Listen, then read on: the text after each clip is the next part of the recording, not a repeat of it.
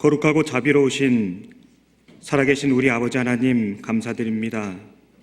저희를 구원하시고 이 거룩한 몸된 교회 안에 안전히 거하며 하나님을 배우고 또 주님 주신 소망을 향해 살아갈 수 있도록 모든 기회와 여건 주심을 진심으로 감사드립니다. 이 한 번뿐인 생애 가운데 오직 그리스도가 더욱더 크게 나타나기를 간절히 소망하고 바랍니다. 지금 이 순간에도 많은 곳에서 하나님의 말씀이 선포되고 있습니다. 울산교회 이유한 목사님, 일산교회 홍정현 목사님, 그리고 또 교회당의 서도성 목사님, 노아의 신용철 목사님, 남대문의 또 오세일 목사님, 복음이 전해지는 그 곳마다 하나님 친히 역사하여 주옵시고 참석한 모든 영혼들이 하나님을 아버지라 부를 수 있는 놀라운 은혜가 이 주간 베풀어지기를 간곡히 부탁드립니다.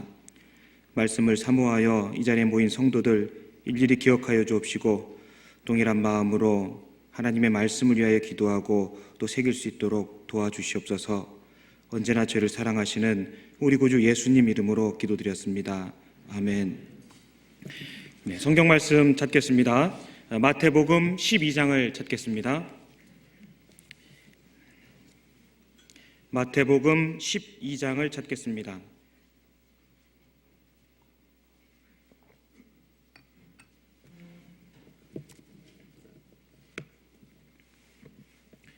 마태복음 12장 찾으셨으면 43절부터 45절까지 같이 한번 읽겠습니다. 더러운 귀신이 사람에게서 나갔을 때에 물 없는 곳으로 다니며 쉬기를 구하되 얻지 못하고 이에 가로되 내가 나온 내 집으로 돌아가리라 하고 와 보니 그 집이 비고 소재되고 술이 되었거늘 이에 가서 저보다 더 악한 귀신 7을 데리고 들어가서 거하니 그 사람의 나중 형편이 전보다 더욱 심하게 되느니라. 이 악한 세대가 또한 이렇게 되리라.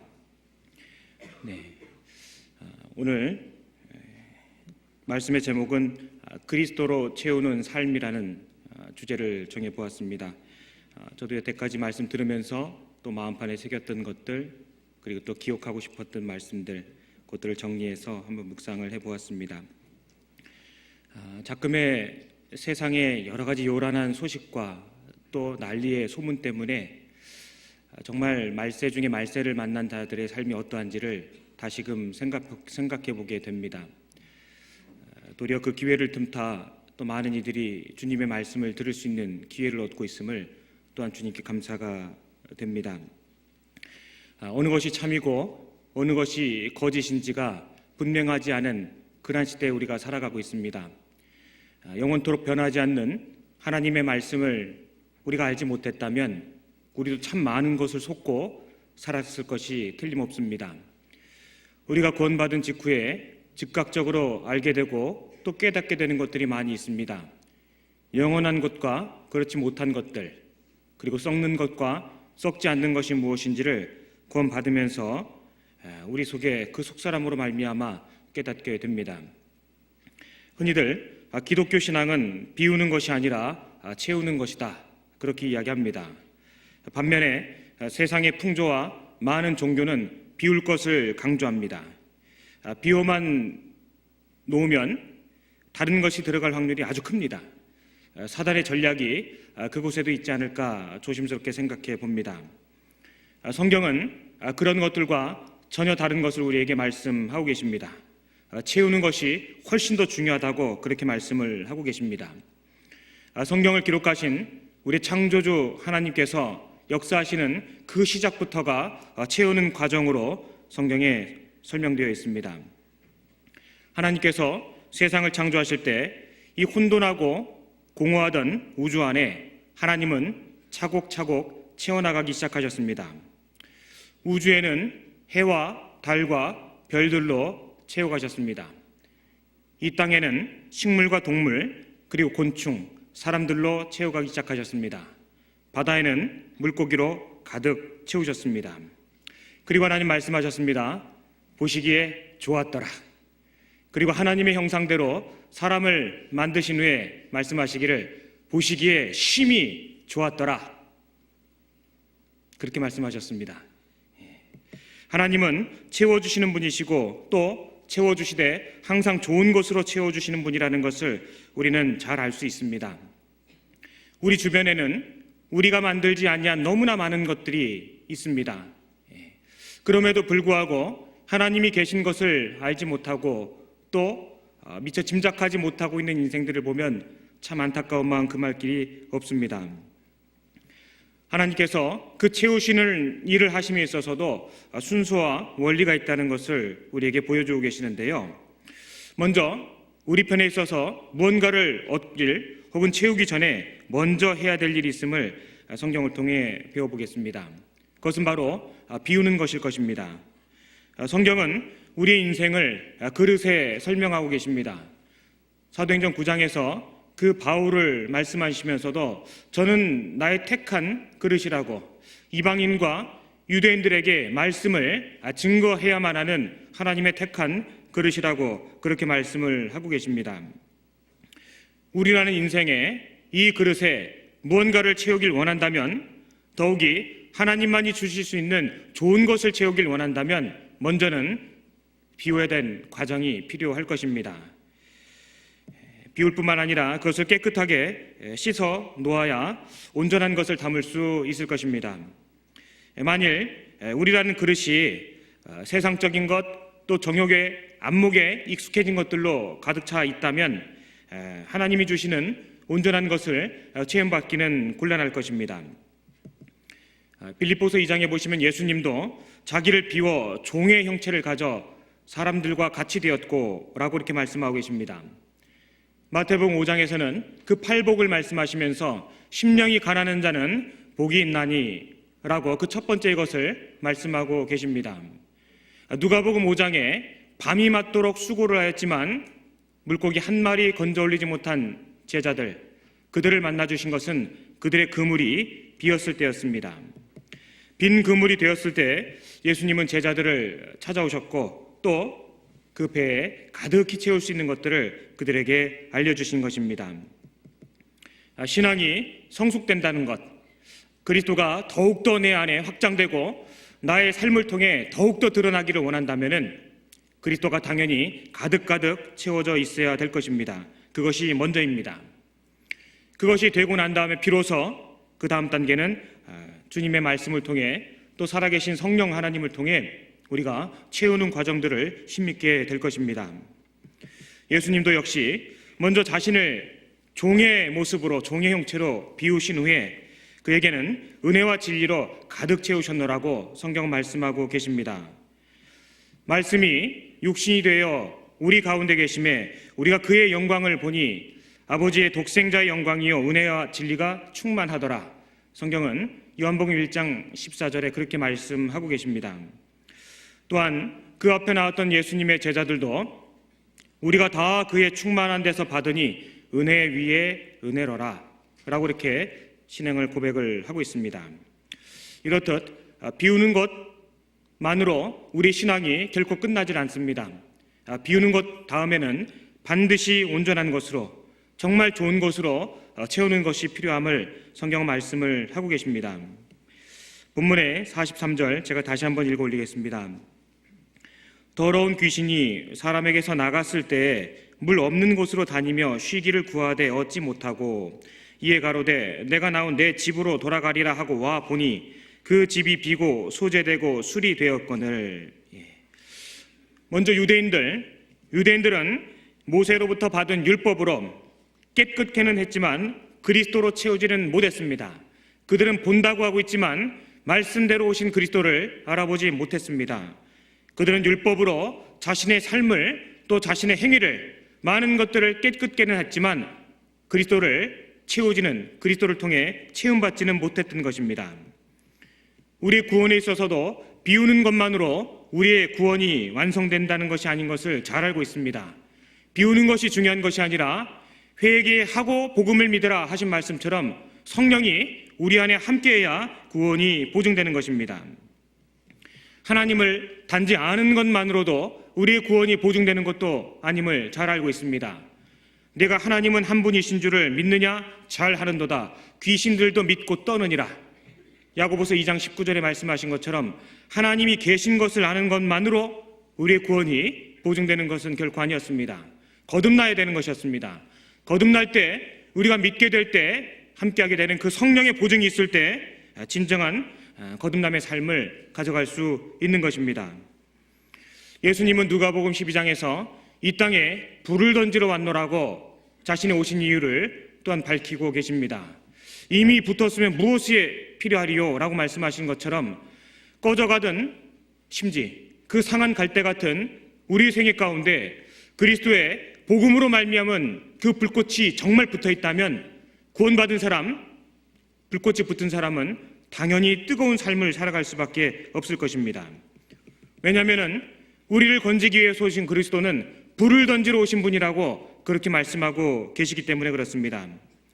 한편으로 신앙에 있어서 열정이라는 것이 없다면 내가 그리스도를 더욱 나타내고 하루하루 매일매일 주어지는 일상 가운데서 더욱 주님이 크고 확장되는 쪽으로 결심하고 단호하게 나를 변화시켜가는 쪽으로 개선하지 않는다면 그 신앙은 비어있는 것이고 또 식어있는 그런 모습에 해당될 것입니다. 여기는 말씀들처럼 채우지 않은 채 비우기만 하는 것은 도리어 나중에 형편이 더 악해질 수 있음을 말씀을 하고 계십니다. 지난 연초에 동계 수련회를 치르면서 올 한 해에 대한 많은 계획과 또 결단의 시간들이 우리 모두에게 있었습니다. 있으셨죠? 예.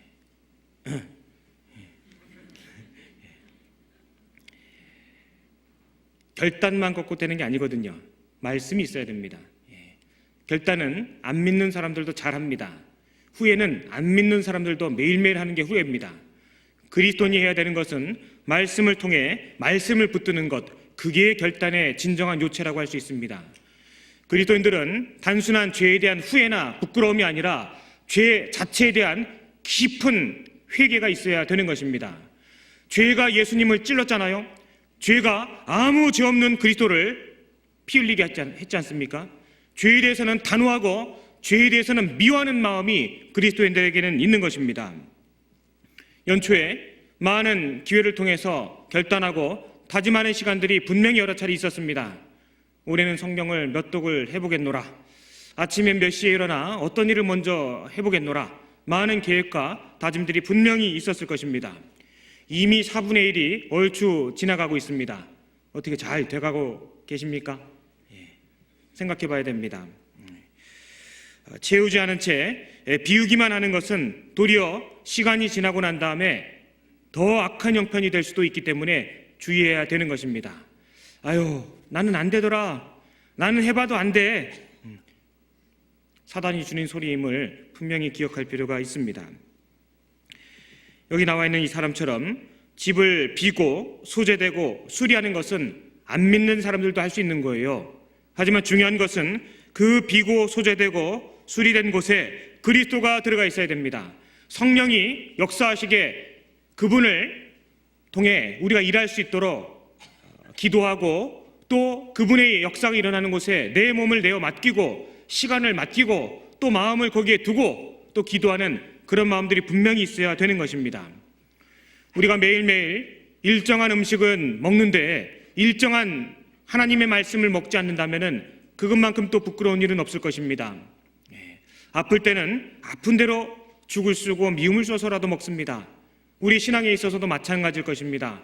건강할 때는 힘껏 일하고 더 많은 말씀을 배우고 익히며 채우고, 또 낙심되고 연약해질 때는 또 그거에 합당한 말씀을 찾아서 하나님으로부터 구하는 것이 우리의 마땅한 삶이 되어야 될 것입니다.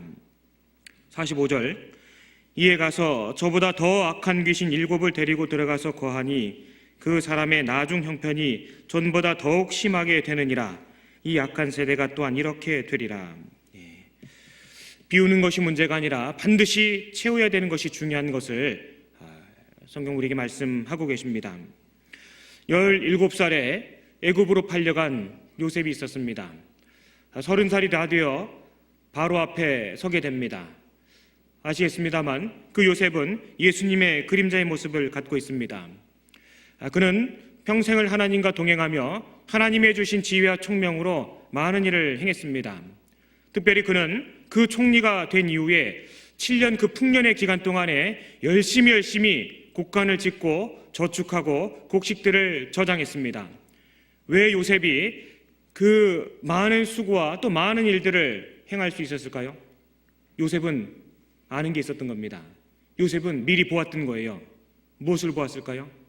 7년 풍년 후에 7년의 모진 기근이 있으리라는 것을 하나님을 통해서 보았기 때문에 그는 많은 곡간을 만들고 또 세우고 알뜰알뜰 모아서 곡간을 채웠습니다.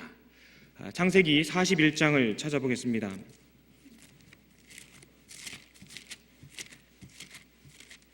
창세기 41장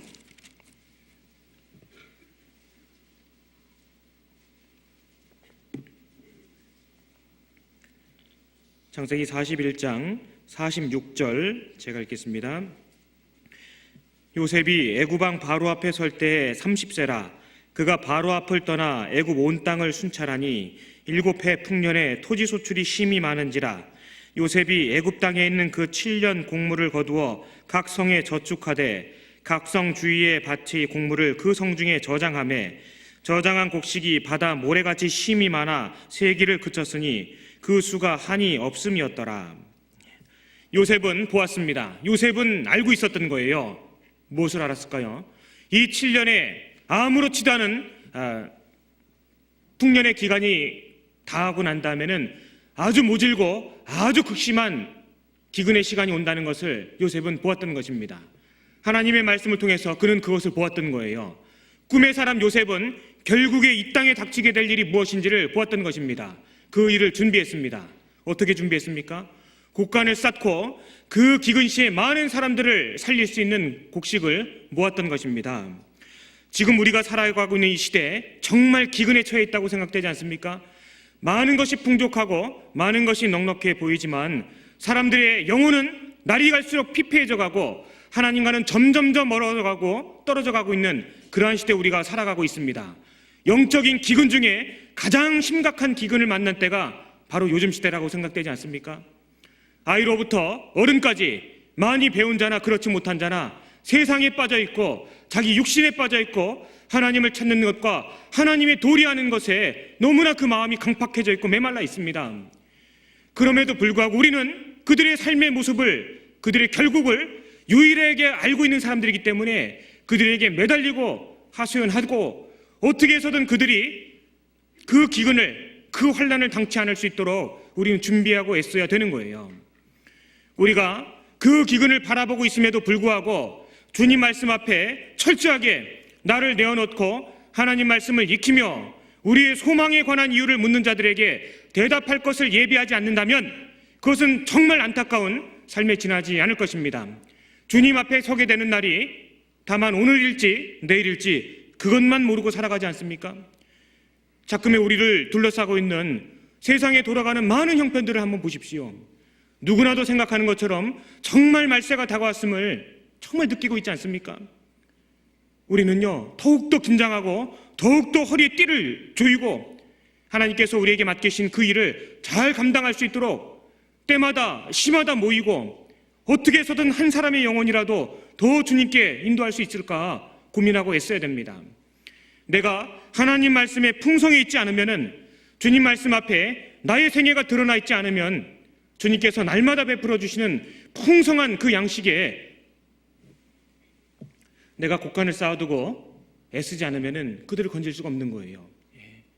그냥 왔다 갔다 하는 신앙생활은 우리하고는 어울리지 않지 않습니까?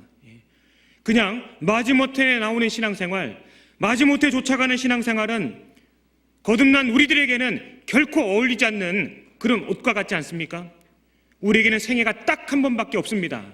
한 번뿐이 생애이기 때문에 최선을 다해서 살아야 될 필요가 있는 거예요. 먼저는 내가 주님의 말씀을 익히고 잘 배워서 모쪼록 길에서든 혹은 가정에서든 학교에서든 모쪼록 만나는 그 한 사람들에게 어떻게 그 사람들을 도와줄까? 어떻게 그 사람에게 이 행복을 전할 수 있을까? 우리가 먼저 그 영의 양식을 하나님이 우리에게 베풀어 주신 말씀을 잘 쌓아놓고 익히고 또 얻고 있어야 될 것입니다. 이 시대에는 정말 영적인 기근으로 너무나 많은 사람들이 죽어가고 있습니다. 기근 날에 그 많은 백성들을 살렸던 그것은 다름 아닌 양식이었습니다. 그것을 잘 모으고 그날을 대비했던 거예요. 요셉은 그 기근을 보았기 때문에, 또 하나님께서 보여주셨기 때문에, 마치 이 말세를 만난 우리들이 이 세상의 끝이 무엇인지를 하나님으로부터 듣고 배우고 또 본 바와 다름없이 살아가고 있는 것처럼 요셉은 그것을 보았던 것입니다. 그 뒤에 53절, 요셉의 말과 같이 7해 흉년이 들기 시작하매 각국에는 기근이 있으나 애굽 온 땅에는 식물이 있더니 애굽 온 땅이 주림에 백성이 바로에게 부르짖어 양식을 구하는지라. 바로가 애굽 모든 백성에게 이르되 요셉에게 가서 그가 너희에게 이르는 대로 하라 하니라. 그 모든 백성이 요셉에게 나아갔습니다. 그리고 그 사람들뿐만 아니라 그 요셉을 통해 그 가나안 땅의 가족들도 함께 생명을 누리게 됩니다. 42장 2절, 야곱이 또 이르되 내가 들은즉 저 애굽에 곡식이 있다 하니 너희는 그리로 가서 거기서 우리를 위하여 사오라. 그리하면 우리가 살고 죽지 아니하리라 하매. 요셉은 예수님의 그림자였습니다. 이 시대에 하나님의 뜻을 온전히 분별하고 그리스도의 행하실 그 일을 마땅히 담당해야 될 사람은 비록 초라하고 연약해 보이지만 구원받은 사람밖에 없는 거예요.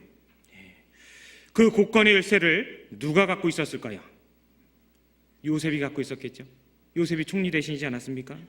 우리는 하나님께서 값없이 베풀어 주시고 사람을 살리는 그 영의 양식, 그 말씀을 우리에게 부탁하셨습니다. 그 말씀 창고의 양식을 다름 아닌 우리에게 맡기셨습니다. 하나님께서 이뤄진 영혼을 구원하는 방식은 그냥 너희들끼리 알아서 찾아보라는 것이 아니었습니다. 이방인을 통해서도 아니었습니다. 먼저 거듭난 사람들을 통해서, 먼저 거듭난 사람들의 수고와 헌신과 그들의 눈물과 땀과 기도를 통해서, 그리고 또 그들을 통해 역사하시는 하나님의 도우심을 통해서 그 놀라운 일들이, 그 영혼을 살리는 그 일들이 벌어진다고 성경 말씀하고 계십니다. 우리에게 있어서도 누군가 먼저 그 복음을 깨닫았기 때문에, 그 사람이 나의 영혼을 불쌍히 여기고 나를 아끼고 사랑했기 때문에 우리가 이런 모습으로 이 자리에 앉아있지 않겠습니까? 이제는 우리 차례인 겁니다. 거슬러 2000년 전에 그리스도께서 이 땅에 그 낮고 천한 모습으로 오셔서 우리를 위하여 죽기까지 복종하신 그 일이 이 시대에 우리를 통해서 다시금 드러나고 일하게 되는 것입니다. 그 창고의 열쇠는 요셉에게 맡겨져 있었을 것입니다. 하나님의 그 말씀이 우리에게 부탁된 것처럼 그 천국의 열쇠가 구원받은 사람, 거듭난 사람들에게 주어져 있는 것입니다. 내가 천국 열쇠를 내게 주리니 네가 땅에서 무엇이든지 매면 하늘에서도 풀릴 것이요 내가 땅에서 무엇이든지 풀면 하늘에서도 풀리리라. 마태복음 16장 19절에 예수님 그렇게 말씀하고 계십니다. 곡식을 쌓아놔야 도울 수 있습니다. 우리가 먼저 하나님 말씀에 풍성하고 익숙하며 잘 말씀 안에 있어야 누군가를 도와줄 수 있을 것입니다. 정말 그 영적인 기근이 덮여있는 이 세상, 말씀만이 죽어가는 영혼을 살릴 수 있기 때문에 그렇습니다.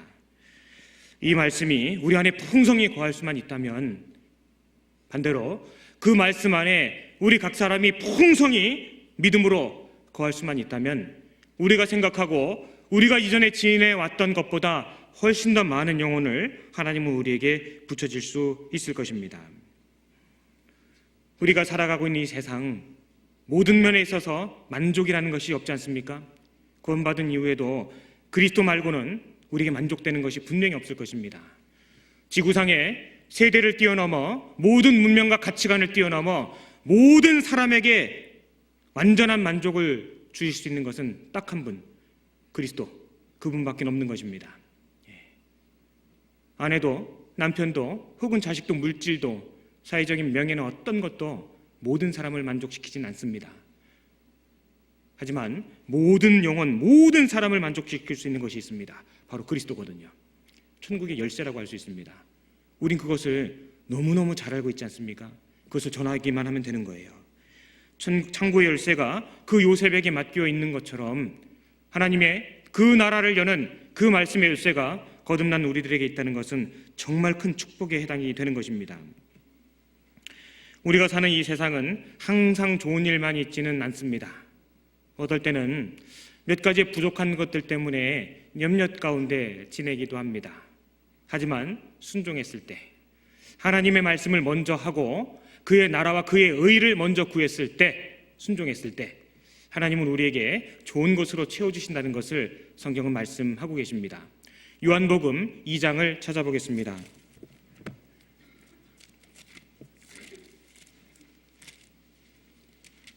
요한복음 2장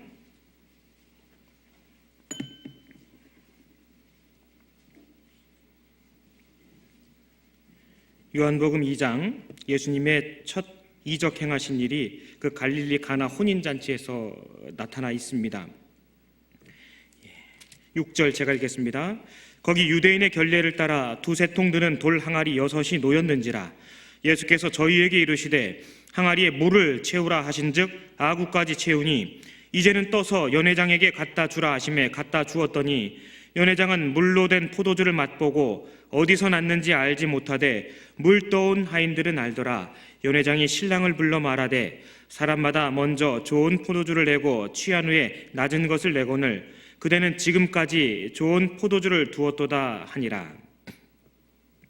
이 말씀 안에 많은 교훈들이 들어 있습니다. 또 있을 것입니다.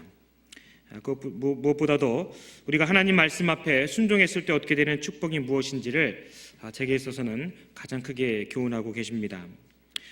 먼저는 하나님 그리스도 말씀에 대한 순종입니다. 하나님 말씀대로 했을 때, 그리스도의 명하신 그 말씀대로 했을 때 좋은 일이 생기잖아요. 그리스도의 말씀에 순종한 종들은 알았습니다. 이 좋은 술이 어디서 왔는지 알았습니다. 연회장은 몰랐습니다. 그 잔치에 참여한 자들도 몰랐습니다. 하지만 그 종들은 알았습니다.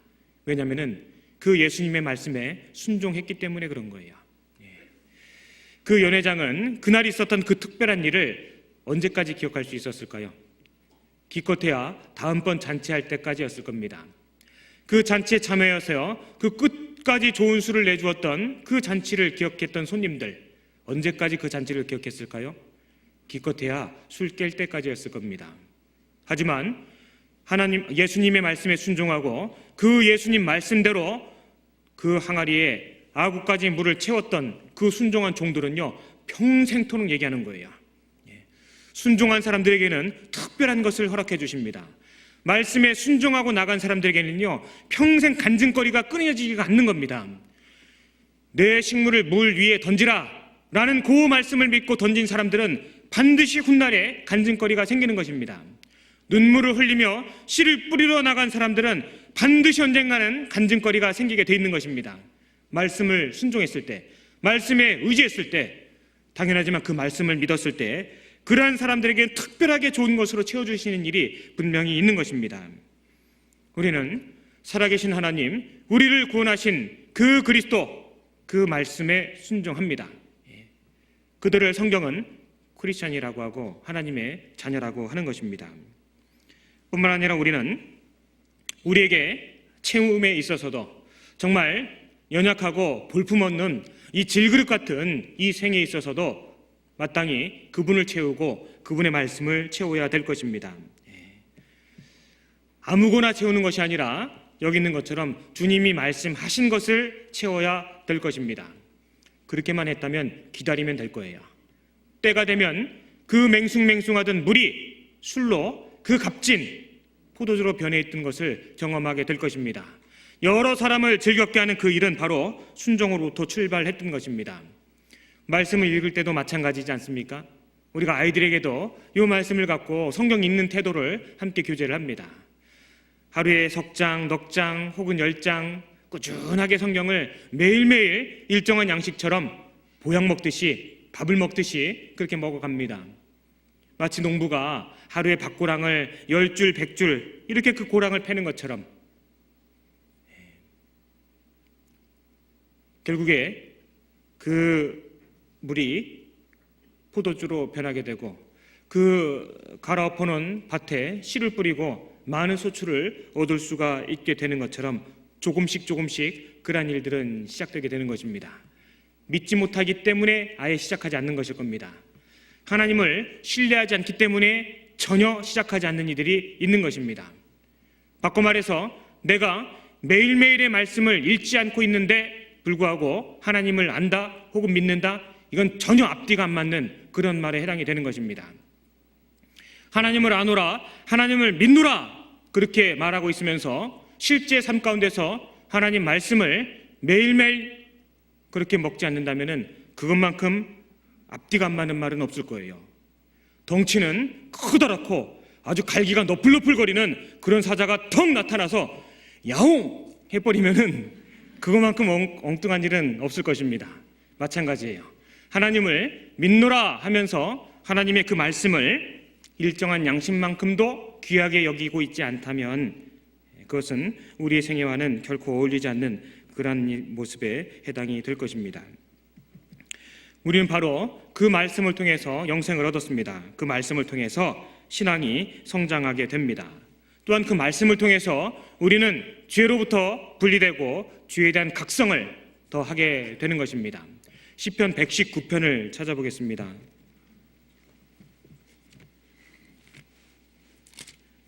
시편 119편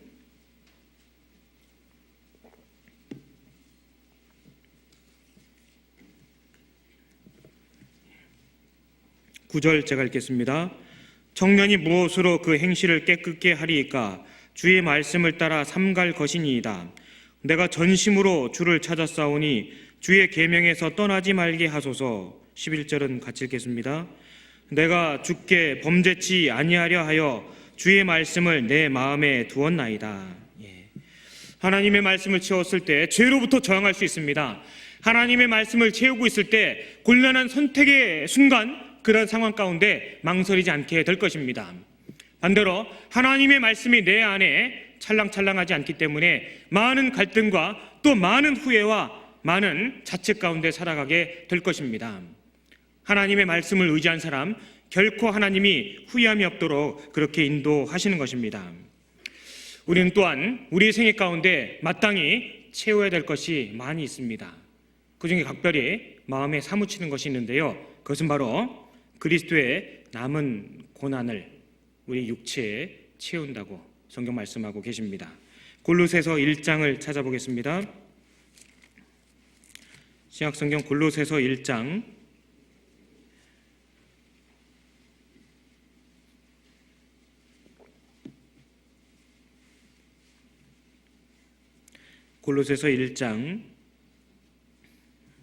24절 같이 읽겠습니다.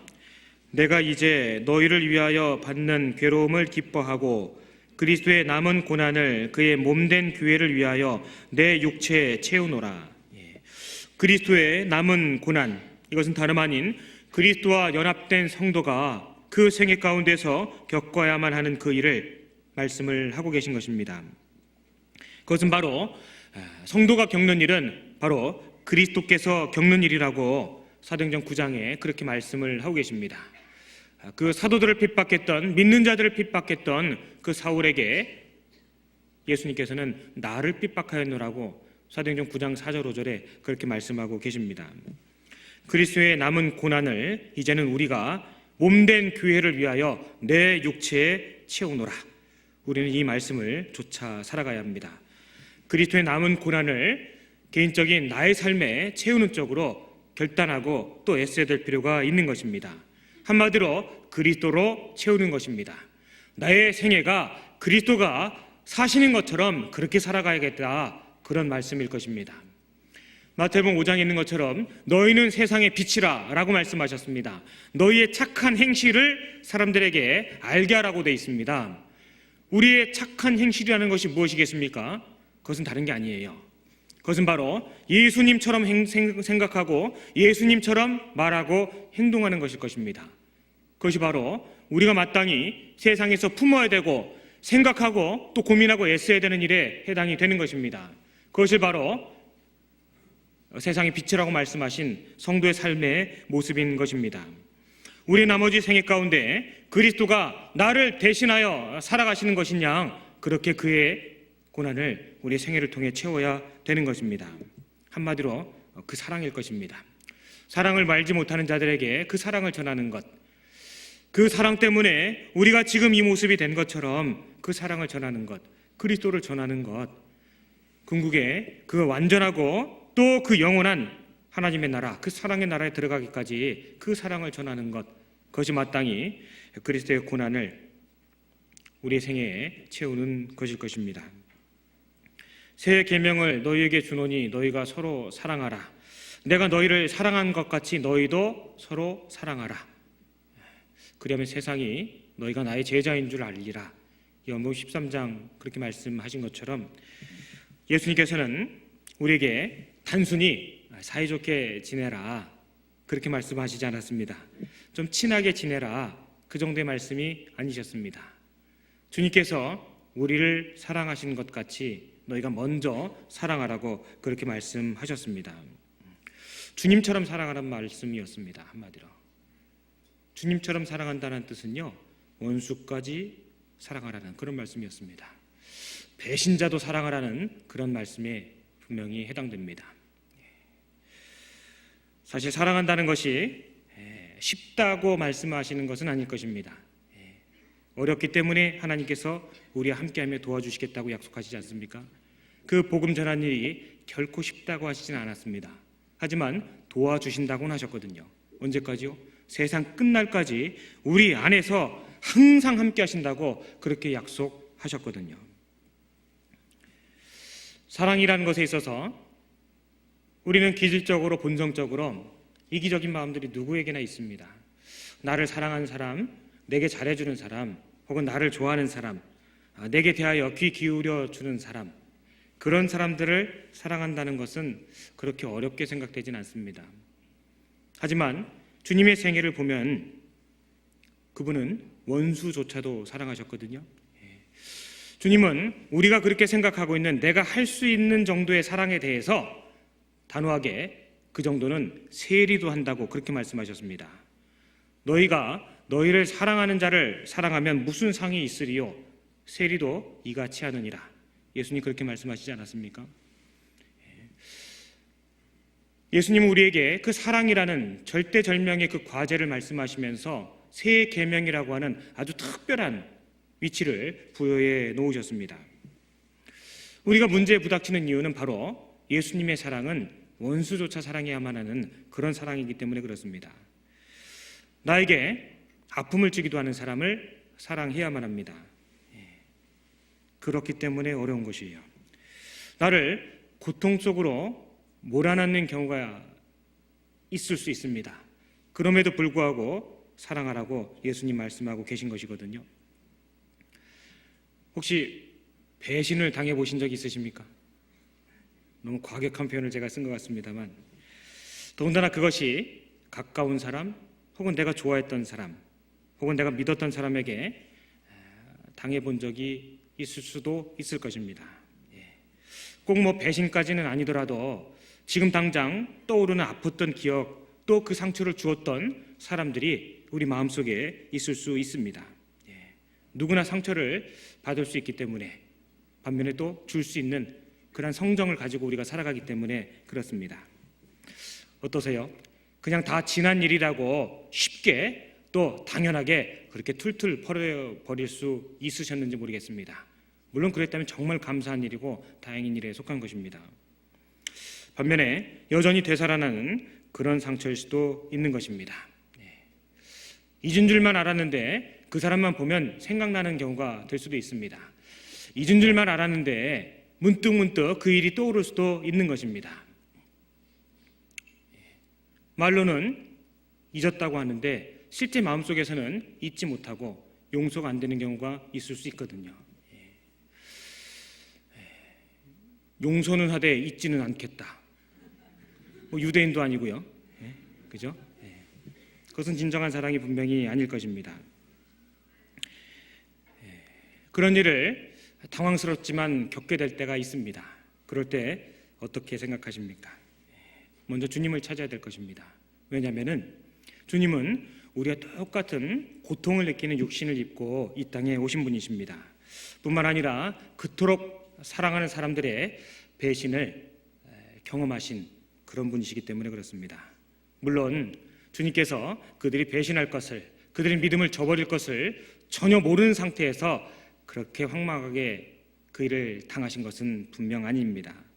다 아셨습니다. 서글픈 것은요, 주님께서 그러한 일련의 일들을 다 알고 계셨기 때문에 더 아프셨을 것입니다.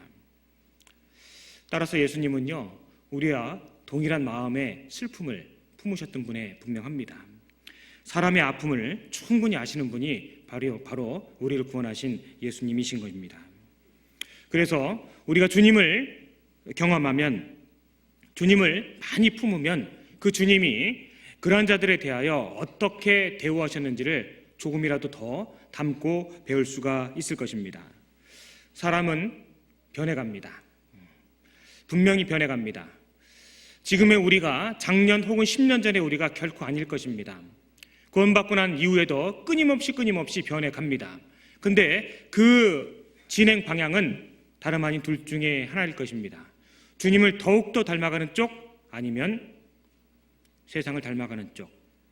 믿음이라는 영역에 있어서 중립지대는 없기 때문에, 신앙이라는 영역에 있어서 이것도 좋고 저것도 좋다는 것은 없기 때문에 분명히 우리는 양당 간에 결정을 하고 살펴봐야 될 일들이 우리 생애 가운데 많이 있을 것입니다. 주님을 경험하면 사람은 반드시 변해갑니다. 그 마가복음 3장에 그 예수님의 제자들이 열거되어 있습니다.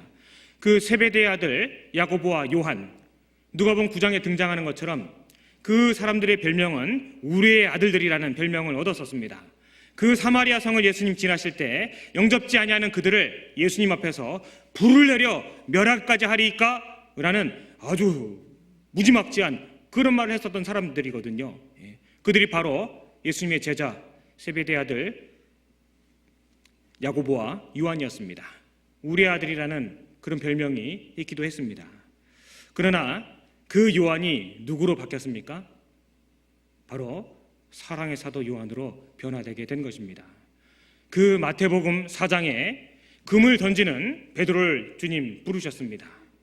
그리고 또 그 바닷가에서 그물을 깁고 있었던 그 요한을 주님 부르셨습니다. 그 요한이 바로 그 요한인 것입니다.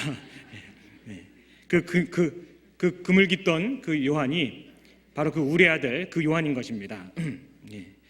누가복음 22장을 찾아보겠습니다.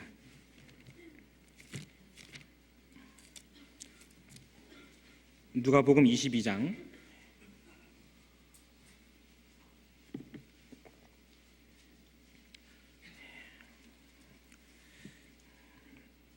47절 제가 읽겠습니다. 말씀하실 때 한 무리가 오는데 12 중에 하나인 유다라는 자가 그들의 앞에 서서 와서 예수께 입을 맞추려고 가까이 하는지라.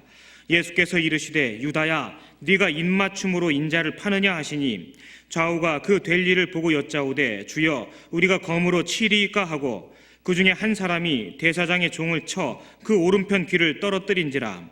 예수께서 일러 가라사대 이것까지 참으라 하시고 그 귀를 만져 낫게 하시더라. 그 우리의 아들 안드레와 그 요한을 변화시켰던 그 예수님, 잘 아시겠습니다만 이 베드로를 또 예수님 변화시켜 나가십니다. 성경 그것을 기록하고 있습니다.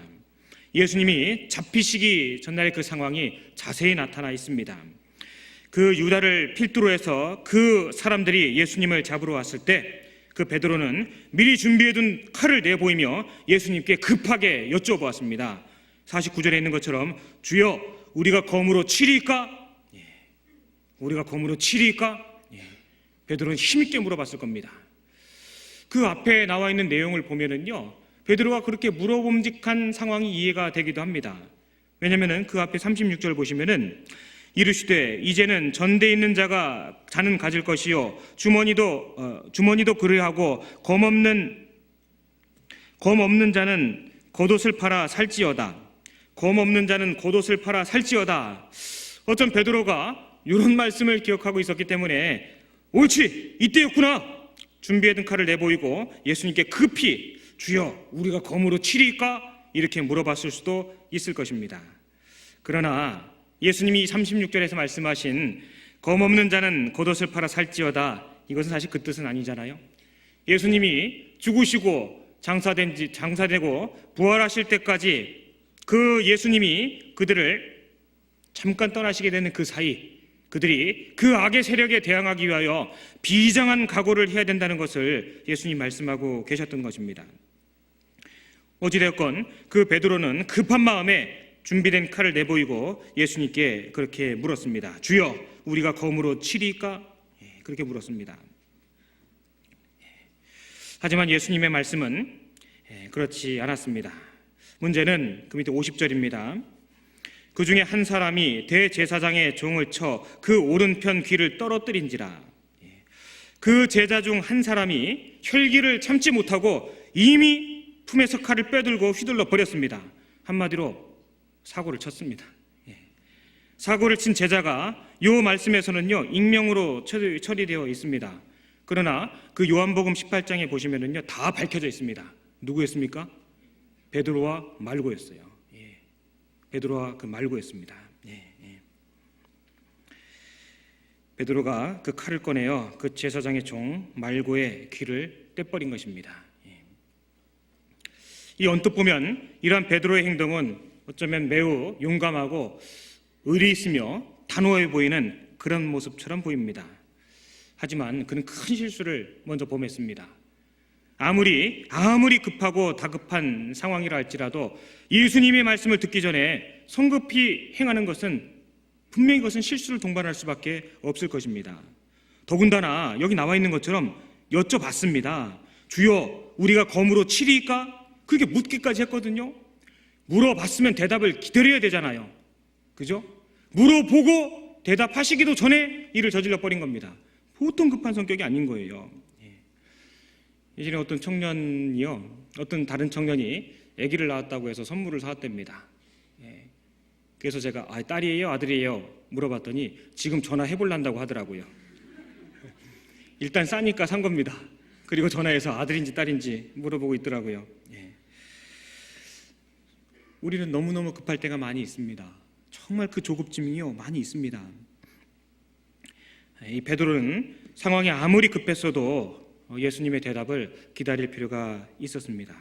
예수님의 뜻을 알지 못한 상태에서 우리가 기도한다고 하는데 마치 예수님께 통보하듯이 주님 이러저러하게 제가 결정했습니다. 그렇게 도와주십시오.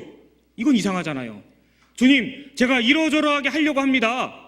그렇게 해주십시오. 이건 뭔가 이상하지 않습니까? 마음이 급하면은요 주님하고 친밀한 관계가 유지되지 않으면은 그러한 기도를 우리가 아무렇지도 않게 할 수 있을 것입니다. 사실 이 상황 자체로만 본다면은 그렇게 오래 기다릴 만한 그런 상황도 아닌 것처럼 보입니다. 이 시대에 말세 풍조를 지적하신 그 디모데후서 3장의 말씀 가운데는요 배반하여 조급하여 팔며 조급하며 그런 말씀이 있습니다. 말세의 사람들의 그 행태 가운데 하나가 바로 조급함이라는 것이 들어가 있습니다. 자고하고 쾌락을 사랑하기를 하나님 사랑하는 것보다 더하며 라고 그렇게 말씀을 하고 계시거든요. 말세 세상 사람들의 풍조 중에 조급한 것이 들어가 있습니다.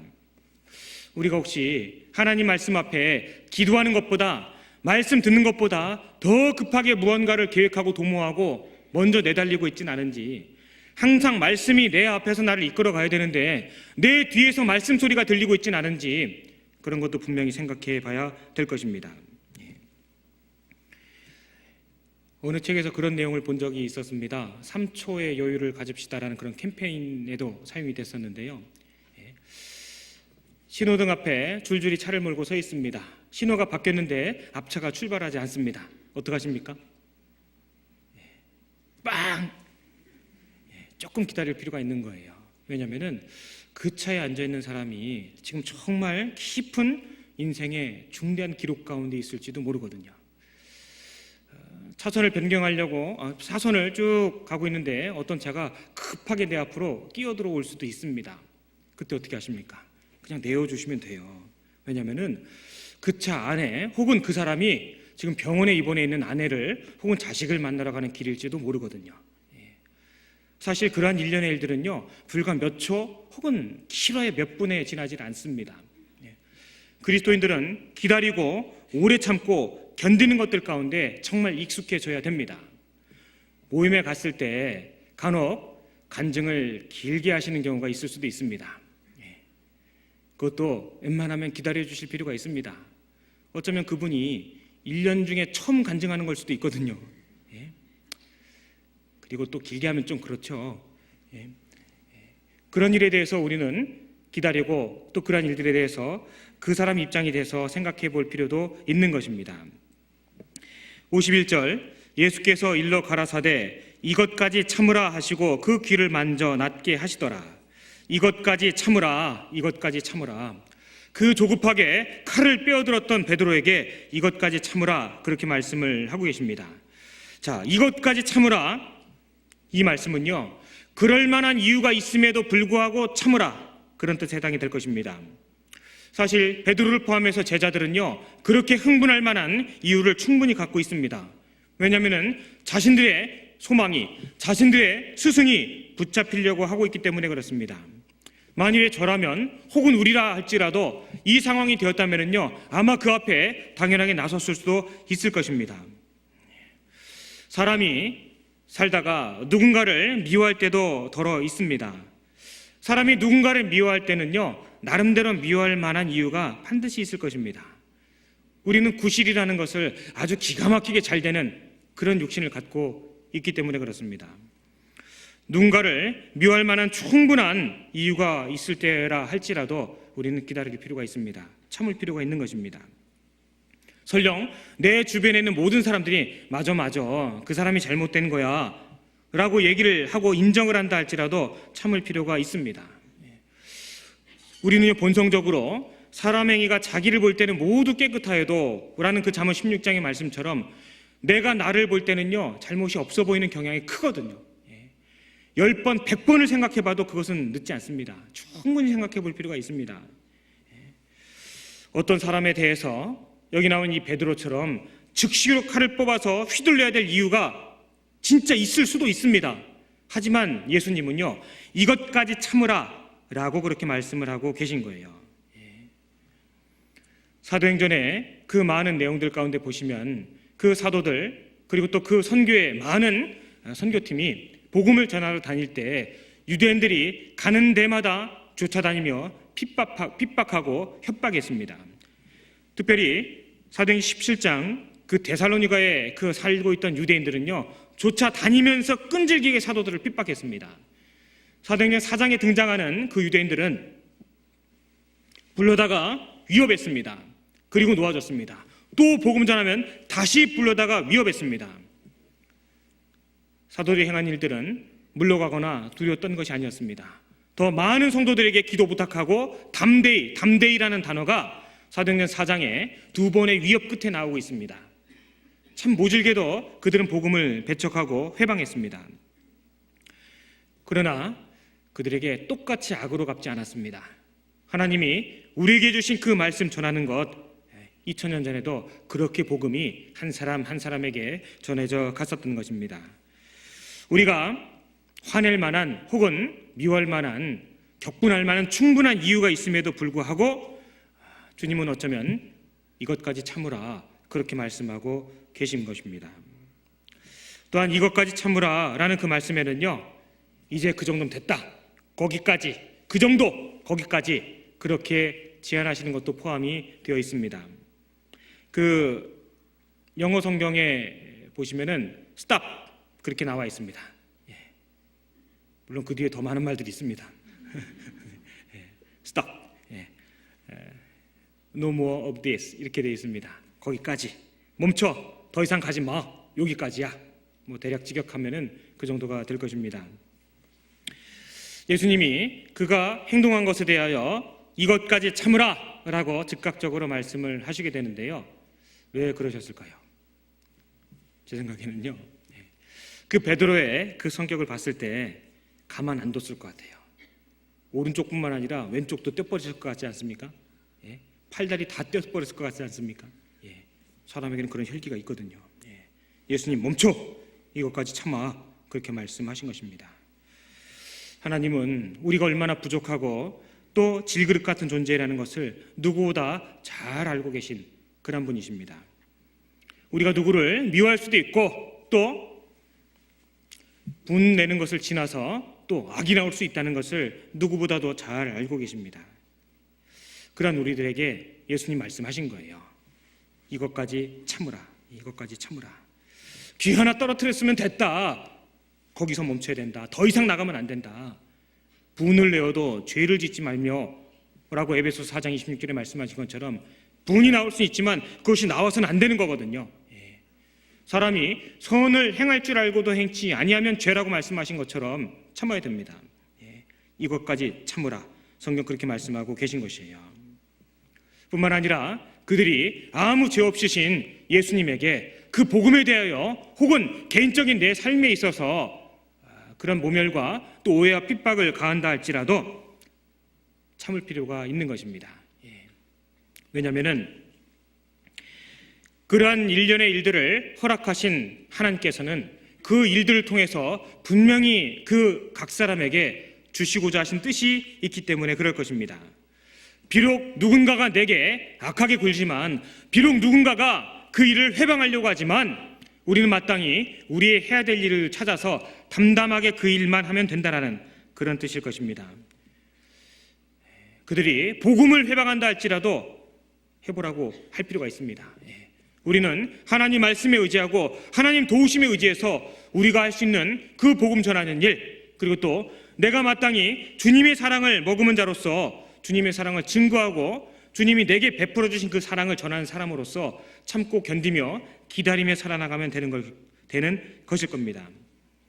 그들을 용납하라는 것이 그 악에 대하여 굴복하라거나 그것에 타협하라는 뜻은 결코 아닙니다. 무릎 꿇으라는 그런 뜻도 결코 아니십니다. 중요한 것이 있습니다. 그 일들을 통한 하나님의 뜻, 하나님의 계획이 있기 때문에 그러신 거예요. 그 핍박자, 그 악행자도 하나님이 적당하게 하신다고 전도서에 말씀하고 계시지 않습니까? 하나님의 뜻이 그러한 일련의 일들을 통해서 드러나기 때문에 그들을 통해 하나님의 뜻이 이루어지고 있는 것을 주님은 아시기 때문에 이것까지 참으라, 딱 거기서 제안하신 것입니다. 마태복음 26장을 한번 찾아보겠습니다. 마태복음 26장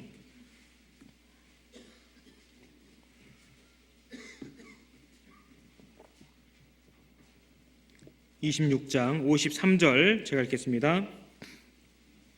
너는 내가 내 아버지께 구하여 지금 12영 더 되는 천사를 보내시게 할 수 없는 줄로 아느냐? 내가 만일 그렇게 하면 이런 일이 있으리라 한 성경이 어떻게 이루어지리요 하시더라.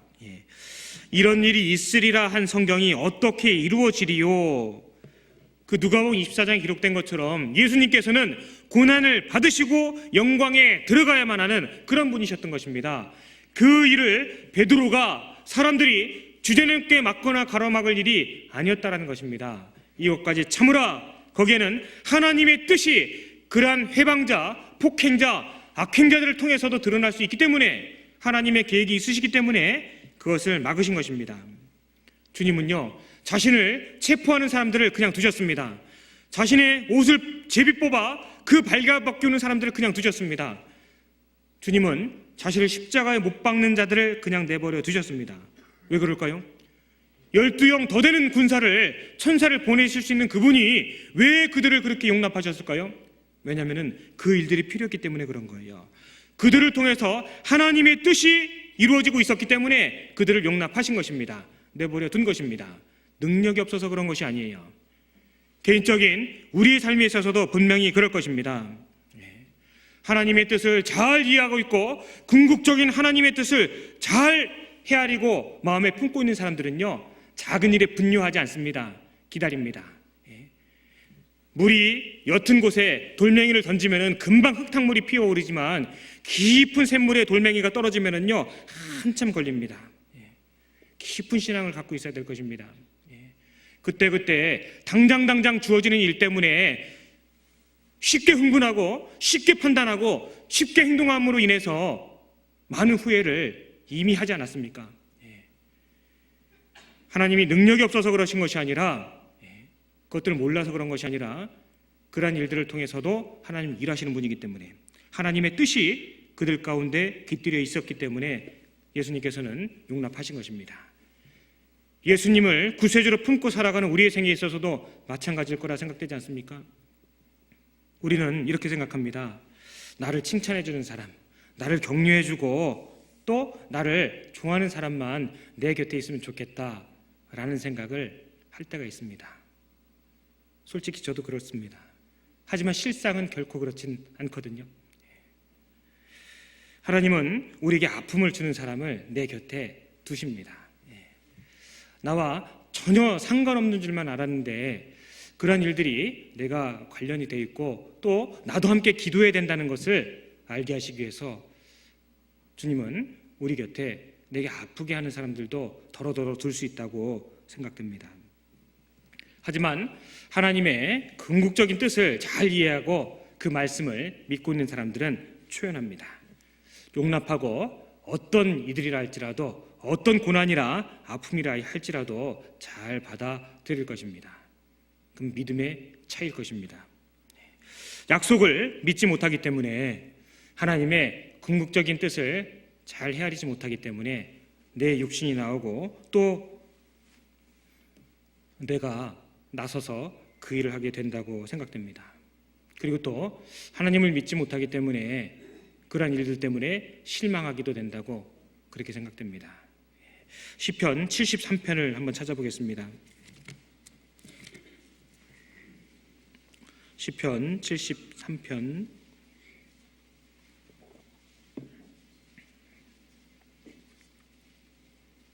시편 73편 1절부터 제가 좀 읽겠습니다. 하나님이 참으로 이스라엘 중 마음이 정결한 자에게 선을 행하시나 나는 거의 실족할 뻔하였고 내 걸음이 미끄러질 뻔하였으니 이는 내가 악인의 형통함을 보고 오만한 자를 질시하였음이로다. 이런 시기와 마음속에 그런 것들이 올라올 때가 있습니다. 왜요? 악인의 형통함이 있기 때문에. 4절 저희는 죽는 때에도 고통이 없고 그 힘이 건강하며 타인과 같은 고난이 없고 타인과 같은 재앙도 없나니 그러므로 교만이 저희 목걸이요 강포가 저희의 입는 옷이며. 우리 옆에 보면은 아이고 저 악인 저 안 믿는 사람은 왜 저렇게 잘 되는 거야, 저 사람은 나를 이렇게 아프게 하는데 왜 저 사람은 저렇게 떵떵거리고 사는 거야, 나는 이렇게 마음이 근심되고 그 일 때문에 힘든데 저 사람은 아무렇지도 않게 그렇게 웃고 지내는 거야. 속상할 때가 있을 수 있습니다. 근데요, 주님은 그러한 일에 대해서까지 참으라고 말씀하신 거예요. 이것까지 참으라. 우리는 궁극적인 하나님의 뜻을 바라보고 있는 사람들인 거예요. 성실히 행하는 자들을 하나님이 결코 외롭게 두시지 않는다고 하셨습니다. 의인은 자기의 길을 독실히 행한다고 욥기서에 기록이 되어 있습니다. 모든 사람이 나를 떠나간다 할지라도 하나님 말씀이 예 계시기 때문에 그를 붙잡고 쫓아가는 것입니다. 성경 그것을 신앙이라고 하는 것이에요. 믿음이라고 하는 것입니다. 하나님의 뜻이 있기 때문에. 하나님의 뜻을 아는 사람은, 결국에 될 일이 무엇인지를 아는 사람은 그런 것 때문에 실망하거나 낙심하거나 분해하지 않습니다. 담담하게 참고 기다립니다. 제가 복잡하게 말씀드렸습니다만 딱 이거 하나입니다. 하나님 아시는데 뭐, 이거 하나예요. 주님 아시는데 뭐, 주님 아시는데 그 마음이 있는 겁니다. 물론 내가 잘못한 것은 없는지, 내게 주시는 교훈은 없는지 그것도 생각해 봐야 되겠죠. 그럼에도 불구하고 내가 추구하고 또 주님 앞에 드러내고 지향하는 것이 주님 보시기에 합당하다면 묵묵하게 그 일을 감당할 필요가 있는 겁니다. 왜냐하면 그 일을 통해서 하나님의 뜻이 뭔가 이루어질 것이기 때문에 그렇습니다. 저는 개인적으로 아파 본 적이 없기 때문에 몸이 아픈 형제 자매들 만나면은요, 저 꿀먹은 버거니가 돼요. 그런 일을 겪을 때가 어렵습니다. 무언가 말씀을 드리고 싶은데 참 이 주제에 말씀이 안 나옵니다.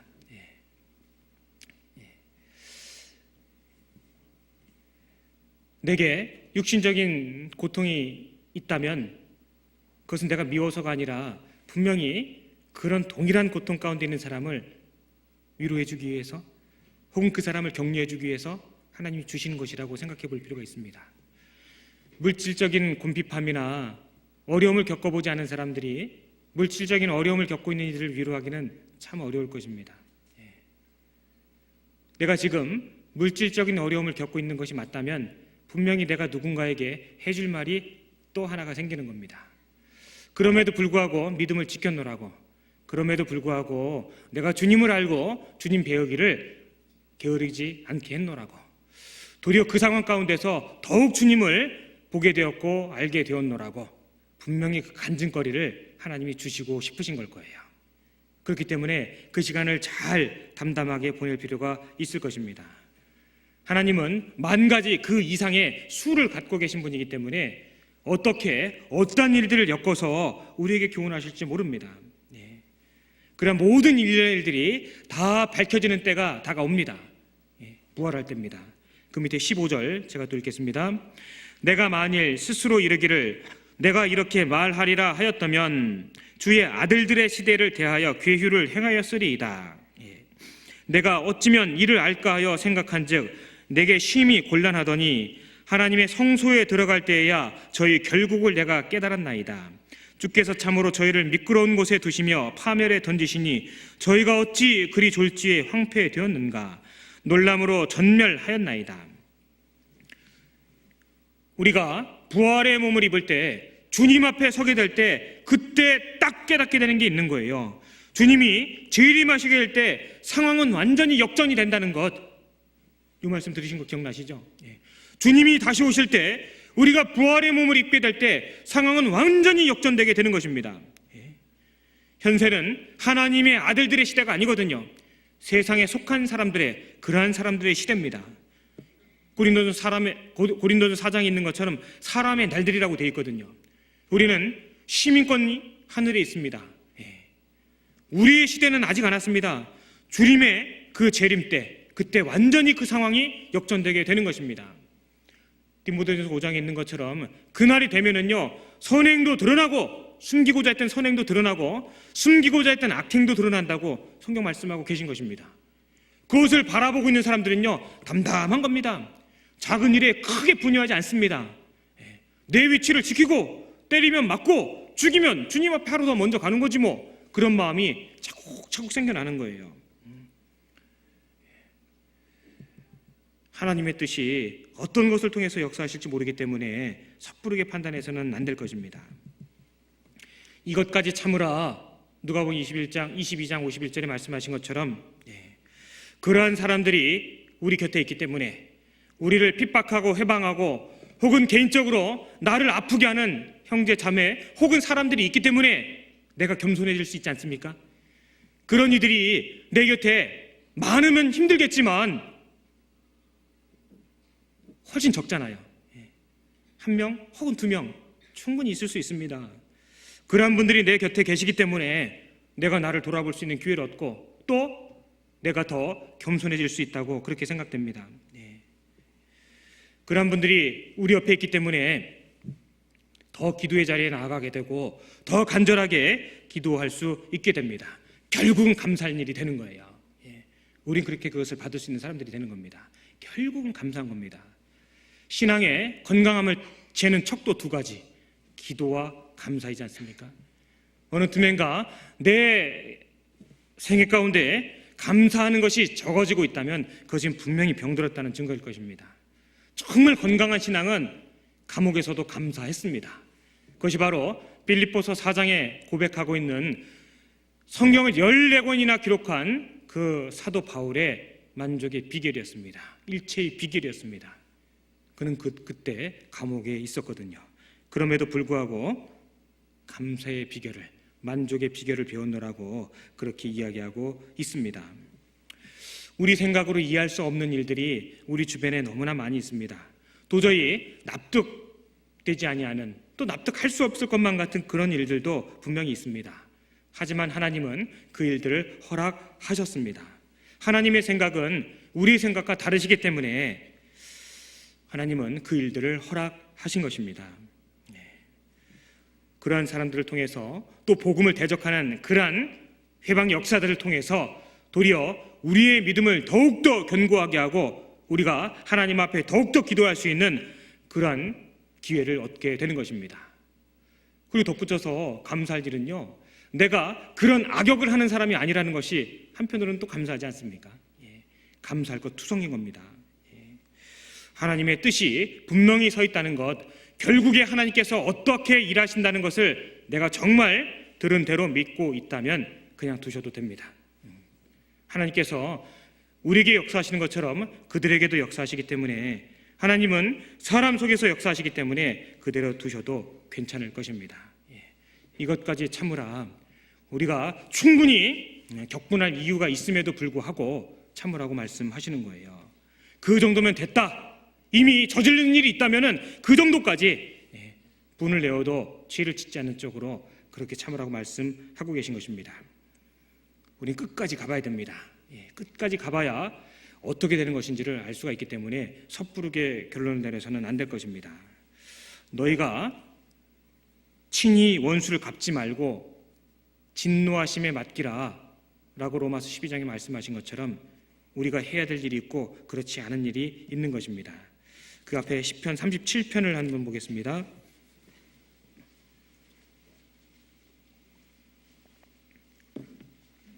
시편 37편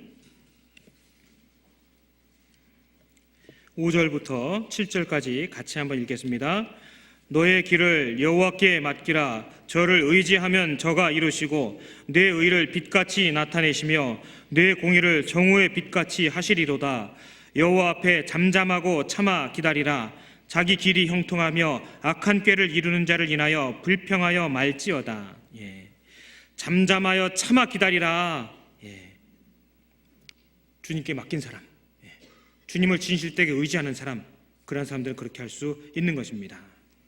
이 참는 것, 인내라는 것, 그것은 성령의 열매 중에 포함이 되어 있습니다.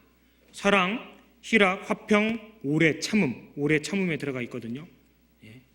성령의 열매 중에 해당이 됩니다. 우리 생애 가운데 그것이 잘 드러날 수만 있다면 얼마나 주님 앞에 감사한 삶이 되겠습니까? 특히 우리가 잘 참아야 될 때가 있죠. 그리스도가 그들을 대하신 것처럼 우리의 생애에서도 그리스도가 마치 행하시는 것처럼 잘 참아야 될 때가 또 있습니다. 전도할 때입니다. 전도할 때 이러쿵저러쿵 이 소리 저 소리 들어도 잘 참아야 될 필요가 있습니다. 고린도전서 9장을 찾겠습니다. 고린도전서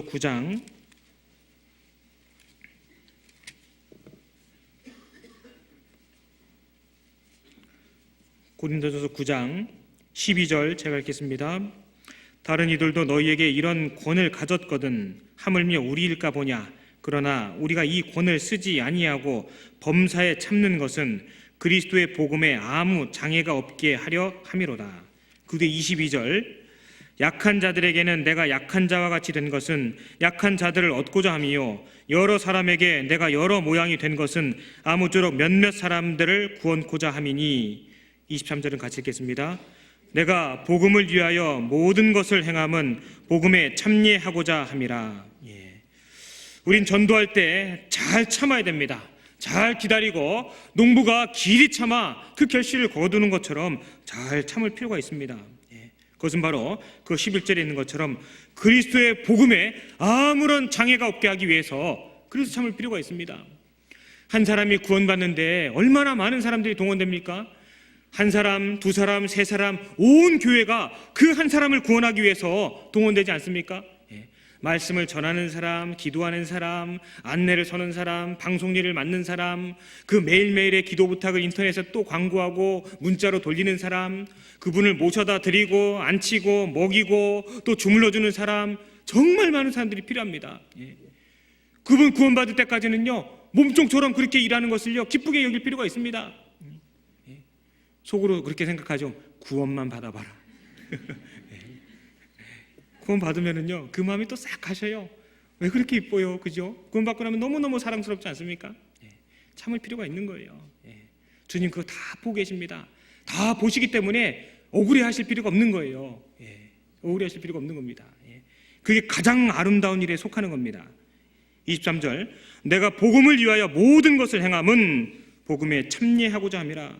복음, 그리스도가 우리의 생애를 통해서 다시 그분이 말씀하시고 그분이 행하신다면 과연 어떻게 하셨을까?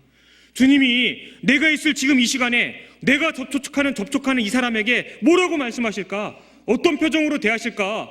그게 주님을 채우는 거잖아요. 우리의 생애에 가장 깊숙하게 채워야 되는 것이 있다면 그리스도, 그분이거든요. 그분 사랑이셨습니다. 그분을 많이 채우고 그분이 확장되고 드러나게 하는 쪽으로 우리는 항상 애를 써야 됩니다. 그 아까 누가복음 22장에서 그 베드로가 떼어버린 그 말고의 귀를 주님이 만지시고 낫게 하셨습니다. 주님은요 항상 회복으로 갚아주시는 그런 분이신 겁니다. 그 신약 성경에 보면은요 주님은 자기 자신을 위해서는 사실 능력을 사용하시지 않으셨습니다. 항상 사람들을 위해서. 이 말고에 그 귀를 붙여주시는데도 그때만 하나님의 아들의 능력을 사용하셨습니다. 주님이 능력이 없으셔서 그런 게 아니시잖아요.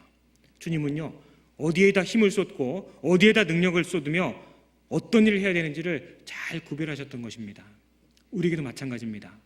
우리의 생애가 값어치 있고 또 풍요로운 삶으로 주님에게 기억된 바 되려면요 우리에게 있는 힘을 남을 살리는데, 우리에게 주어진 각 사람의 그 은사를 교회를 위하여, 우리에게 주어진 기회를, 그 물질을, 영혼을 건지는데 그렇게 잘 사용을 해야 될 것입니다. 한마디로 모든 것은 제한적이고 기회비용이기 때문에 그럴 것입니다. 주님은 그 말고의 길을 회복시키고 붙여주셨습니다. 주님은 모든 일을 다 하시는 분이기 때문에 항상 회복시켜주시는 그런 분이시거든요. 우리가 무엇 때문에 울고 무엇 때문에 애쓰며 무엇 때문에 눈물을 흘리는지 잘 알고 계시는 분, 그분이 바로 주님이십니다. 그 눈이 불꽃 같다고까지 계시록에 기록되어 있지 않습니까? 그분이 우리의 생애를 면밀하게 잘 보고 계신 거예요. 또 내가 참고 내 이름을 위하여 견디고 게으르지 아니한 것을 아노라, 그렇게 말씀하고 있지 않습니까? 우리가 주님 이름 때문에 참고 견디고 또 게으르지 아니했던 것을 분명히 아신다고 그렇게 말씀하고 계신 것입니다.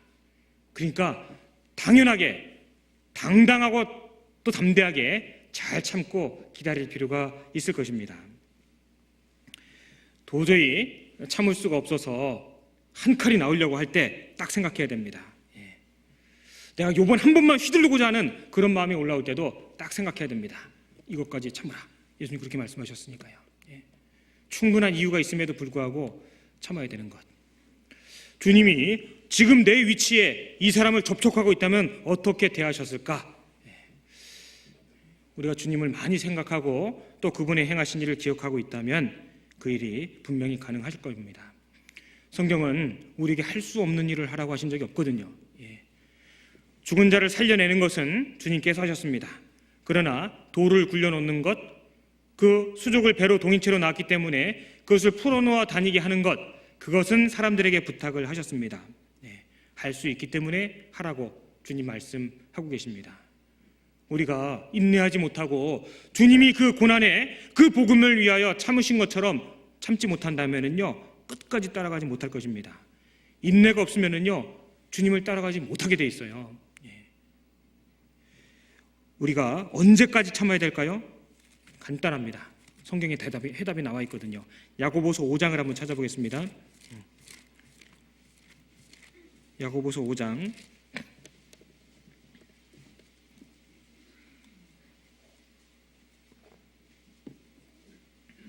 야고보서 5장 7절 제가 읽겠습니다. 그러므로 형제들아 주의 강림하시기까지 길이 참으라. 보라 농부가 땅에서 나는 귀한 열매를 바라고 길이 참아 이른 비와 늦은 비를 기다리나니 너희도 길이 참고 마음을 굳게 하라. 주의 강림이 가까우니라. 형제들아 서로 원망하지 말라. 그리하여야 심판을 면하리라. 보라 심판자가 문 밖에 서 계시니라. 형제들아 주의 이름으로 말한 선지자들로 고난과 오래 참음의 본을 삼으라. 11절 같이 읽겠습니다. 보라, 인내하는 자를 우리가 복되다 하나니 너희가 욥의 인내를 들었고 주께서 주신 결말을 보았거니와 주는 가장 자비하시고 긍휼히 여기는 자신이라. 우리가 언제까지 참아야 된다고 되어 있습니까?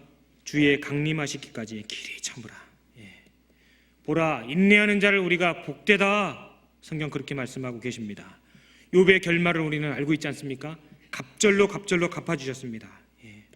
뿐만 아니라 우리는 예수님이 죄인된 우리를 위하여 그 모진 세월을, 그 시간을 참아주신 것을 기억할 필요가 있습니다. 우리가 주님을 안다라고 하는데요, 또 아신 바 되었습니다.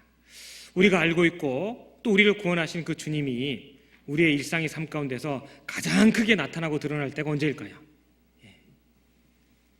많이 있겠습니다만 어려울 때, 그죠?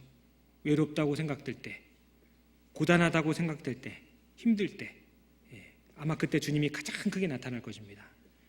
분명히 구원받은 사람에게는 그런 시기가 반드시 있을 것이라 생각됩니다. 왜냐하면 성경에 거듭난 그 믿음의 선진들이 다 그런 일들을 겪으셨거든요.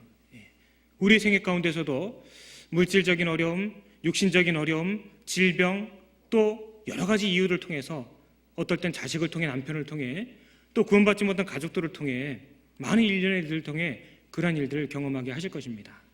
근데요, 그때가 가장 기쁜 거예요, 사실은. 왜냐하면 그렇게 됐을 때 주님이 제일 크게 느껴지거든요. 제일 크게 느껴지거든요.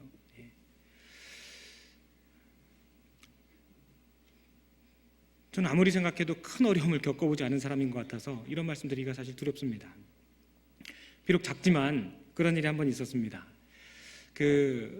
전도연실 들어와서 처음으로 병원 상담을 가게 된 일이 있었습니다. 처음으로 병원 상담을 가게 됐습니다. 지방에 계신 어떤 따님이 아버지가 어느 병원에 입원을 하셨다고 하는데, 이번에 꼭 말씀을 들려드리고 싶은데 거절하고 계시다는 거예요. 그래서 그 병원을 물어물어 이제 찾아가게 됐습니다. 근데 아버지가 들으실 마음이 전혀 있으신 그런 분은 아닌 거예요. 그럼에도 간청을 하시기 때문에 당연히 이제 갔습니다. 전혀 알지도 못하는 분들, 또 마음은 강팍하시다고 하고, 또 전화 통화할 때 옆에서 오빠는 막 그러지 말라고 소리 지르시고, 그것을 듣고 이제 가게 됐습니다. 종로에 내려서 그 병원에 이제 올라가길 때 그 도로에서 좀 어떻게 마음 좀 사보려고 후리지아 한 달을 이렇게 샀습니다. 그래서 사서 이렇게 올라가면서 그 병실 복도에서 잠깐 기도를 하고, 1층에서도 기도를 하고 올라갔습니다. 갔더니 오빠는 팔을 딱 끼고 이렇게 있습니다. 뭐 지금도 뭐 젊습니다만 그때는 2003년도였으니까요 더 어렸죠. 뭐 아마 고등학생이 들어온 줄 알았을 겁니다. 그 어르신 앞에서, 어르신도 표정이 안 좋아요. 그분 앞에 이제 쭉 파일을 펴놓고서 이렇게 얘기를 해야 되는데 쭉 얘기를 하는데 잘 안 되시더라고요. 옆에서 오빠는 계속 이제 회방을 하려고 합니다. 근데 좀 있다가요, 우르르 의사들하고 한 10대분이 스텝이 몰려온 겁니다. 웬일인가 했더니요, 누가 신고를 한 거예요. 약장 사왔다고. 그래서 이렇게 환자한테 파일 펴놓고서 이렇게 말씀을 하니까 다른 분들이 보시기에는 그랬던 모양입니다. 민망하지요. 그런 일 이제 처음 겪었습니다. 이제 그 교수님이 그러지 말라고, 환자들 불편하니까 그러지 말라고 한 20분, 30분 좀 더 할 기회를 얻었습니다. 결국 어르신이 나 이거 싫다고, 내가 가는데 그냥 냅두라고 막 이러시는 바람에 결국은 다음을 기약하고 나올 수밖에 없었거든요. 나오면서 정중하게 인사를 드리고, 어르신 시골 가셔도 꼭 이 말씀 한번 들어보시라고. 그러고서 이렇게 병실 문을 빠져나오는데 그 뒤편에서 그 오빠가 이렇게 뭐라고 한 마디를 하신 거예요. 그게 안 들렸으면 좋았을 텐데 딱 들린 겁니다. 아유, 이런 뭐뭐뭐뭐 이렇게 얘기를 하신 겁니다. 그 새끼줄 꿀 때 나오는 얘기 있잖아요. 그래서 그게 마음에 딱 들렸는데 제가 그 다음에 표정 관리가 안 되는 겁니다. 자매님이 옆에 서 계시고 서로 민망한 상황이 생겨버린 겁니다. 제가 표정이 막 울그락불그락 된 거예요. 이제 감당이 안 되는 거예요. 자매님 빨리 들어가서 오빠 진정시키시고 아버님 다음 기약 잡으라고. 그렇게 하고서 복도를 빠져나가서 서둘러 화장실을 들어갔습니다. 어떻게 해야 될지 모르겠는 거예요. 화장실 들어가서 문을 탁 잠그고 확 변기에 탁 앉았습니다. 마음이 복잡하더라고요. 일단은 창피하고, 두 번째는 분하고, 세 번째는 속상하고. 나가서 한바탕 해? 예? 내가 뭐 잘못한 건 없는데? 예? 그리고 창피했던 것도 많이 컸던 것 같아요. 그 많은 사람들 앞에서 좀 전에 그런 일도 있었죠. 또 그런 얘기도 들었죠. 예? 또 한편으로는 아니 주님 복음이, 주님 말씀이 이렇게 하찮은 취급을 받아도 되는 건가? 라는 그런 울컥하는 마음이 들기도 하고. 그때 화장실 한 15분 있었는데요, 사실 좀 눈물이 나더라고요.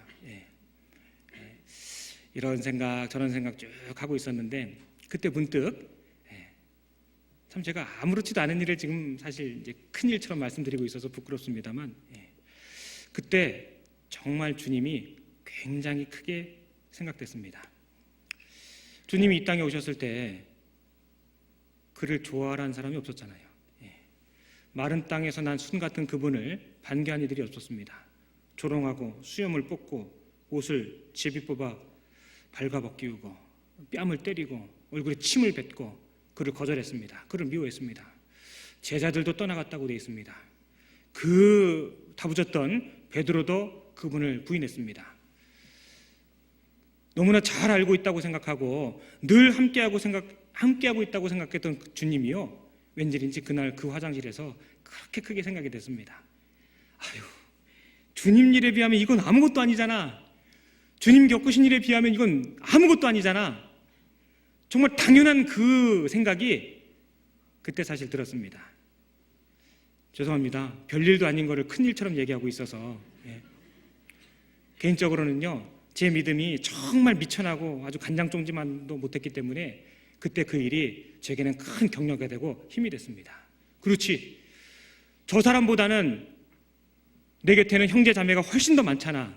내 말에 귀 기울여주는 영혼들, 또 내가 사랑하고 아끼는 이들이 훨씬 더 많잖아. 주님에게는 한 사람도 없었던 그런 인생들이 내 곁에는 헤아릴 수 없을 만큼 많이 있잖아. 주님은 머리 둘 곳도 없으셨지만 내게는 얼마나 많은 성도 또 교회들이 있으시잖아. 당연히 알고 있었던 그 사실이요, 그날 너무너무 크게 와닿았습니다. 눈물을 닦고 웃으면서 나올 수 있었습니다. 그래, 내가 예방주사인데 잘 맞았다, 그런 생각이 딱 들었습니다. 실제 그랬습니다. 그리고 사실 조금 망설이긴 했습니다만 다시 거기 들어가서 어르신, 시골 가셔서도 말씀은 꼭 한번 들으십시오, 그러고 나왔어요. 근데 또 눈물이 날 것 같아서 막 나왔어요. 그때 그 일을 겪고 났는데 너무너무 감사가 된 거예요. 너무너무 감사했습니다. 주님이 진짜 나와 계신데 그분이 언제 크게 느껴지느냐? 어려울 때, 그죠?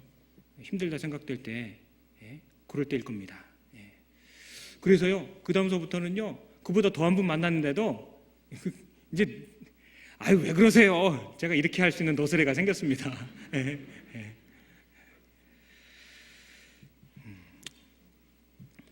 감사하게도 그때 잘 참았다고 생각이 됩니다. 물론 제가 참았던 건 아닌 것 같아요. 주님이 도와주셨다고 생각합니다. 이런 예화가 있습니다. 어떤 친구가 과거에 급제를 해서 그 부임을 하게 됐다고 합니다. 그 친구에게 한 친구가 와서 이야기합니다. 친구야, 무슨 일이 있어도 참아야 하네. 알았네. 또 며칠 있다 왔습니다. 친구야, 무슨 일이 있어도 꼭 참아야 하네. 고맙네. 알았어. 그 친구가 말을 타고 막 출발하려고 합니다. 친구야, 참아야 하네. 알았다니까. 라고 한 거예요. 이 친구야, 자네는 지금 3번도 참지 못하지 않았나? 그렇게 얘기를 했다고 합니다.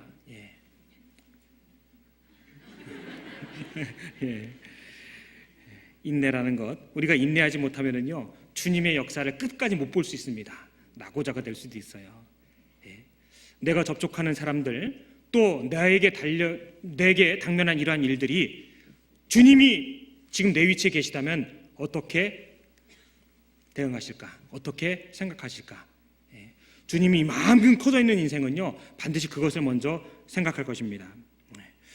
우리의 생애는 채우는 신앙, 그것을 필요로 합니다.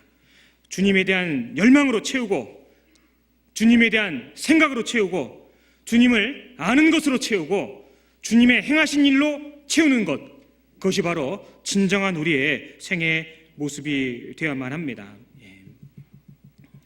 끝으로 한 가지만 더 말씀드리면요, 주님이 우리에게 채우라고 말씀하신 것이 특별한 것이 또 하나 있습니다. 그것만 하나 더 보고 마치겠습니다. 누가복음 14장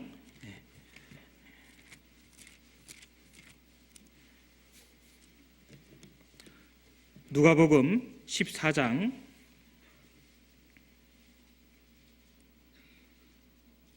누가복음 14장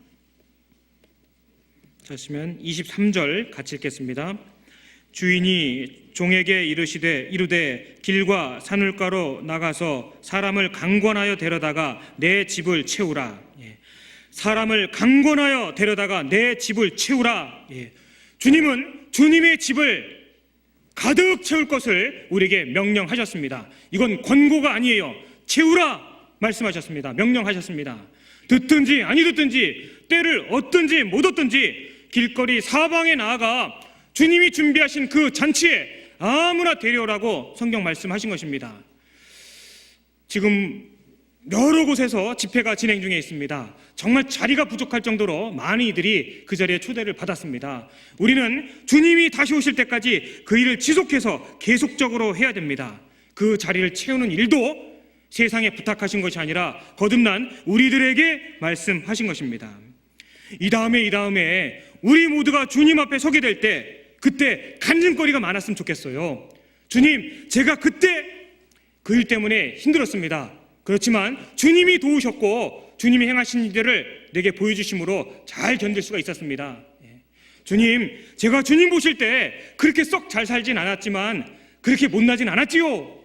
우리 그 말하고 싶은 그런 마음이 있지 않습니까? 누구에게 얘기할 수는 없지만 주님 앞에 서게 됐을 때, 모든 눈에 눈물을 씻기우는 그분 앞에 서게 됐을 때 그런 고백을 우리가 할 수 있도록 현재의 삶을 정말 잘 주님께 의지하고 의탁하고 믿음으로 나가야 될 것입니다.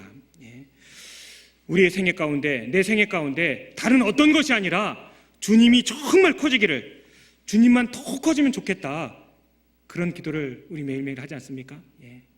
그 세례 요한이 고백했던 것처럼 나는 쇠하고 그는 흥하여야 하리라 라고 말씀하신 것처럼 하루하루 시간이 더 갈수록 주님이 모쪼록 더욱더 커지고 내 삶 가운데 더욱더 채워지는 그러한 일들이 나타날 수 있도록 복음 안에서, 말씀 안에서, 교회 안에서, 한 성령 안에서 그렇게 담담하게 우리의 길을 가야 될 것입니다. 같이 기도하겠습니다. 언제나 저희를 사랑하시는 거룩하신 아버지 하나님, 감사드립니다. 연약하고 부족하지만 저희를 통하여 하나님 은혜의 복음을 선포하시며 이뤄진 영혼들 찾으시는 그 일들을 진심으로 감사드립니다. 전 세계 많은 곳에서 지금 이 순간 바로 이 교회당에서도 그리스도의 말씀이 선포되고 있습니다. 듣는 모든 사람들 그 영혼을 온 세상보다 귀하게 여기시는 그 하나님의 마음이 그들을 구원하시길 원합니다. 함께 머리 숙인 이 소중한 성도들, 육신의 질병과 물질적인 어려움과 세상적인 어려움 때문에 낙심되고 또 뒤로 물러갈 수 있을 줄 압니다. 하지만 도리어 그런 형편 가운데 더욱더 주님을 찬양할 수 있으며 우리의 감사할 것이 있음을 발견케 하시고 뒤로 물러가지 않도록 도와주시고 인도하여 주시옵소서. 이런 날 주님 앞에 서게 될 때 잘했다, 충성된 종아라는 칭찬을 들을 수 있도록 저희 모두를 통하여 역사하시고 도와주시옵소서. 언제나 저희를 사랑하시는 우리 구주 예수님 이름으로 감사하며 기도드렸습니다. 아멘. 찬송가 204장 함께 찬송하시겠습니다. 찬송가 204장입니다.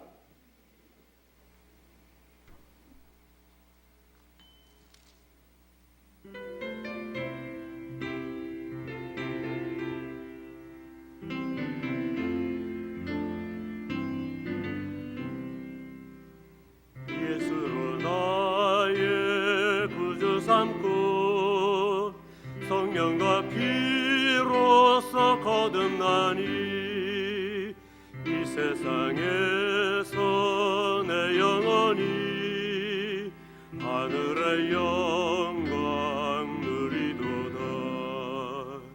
이것이 나의 간증이요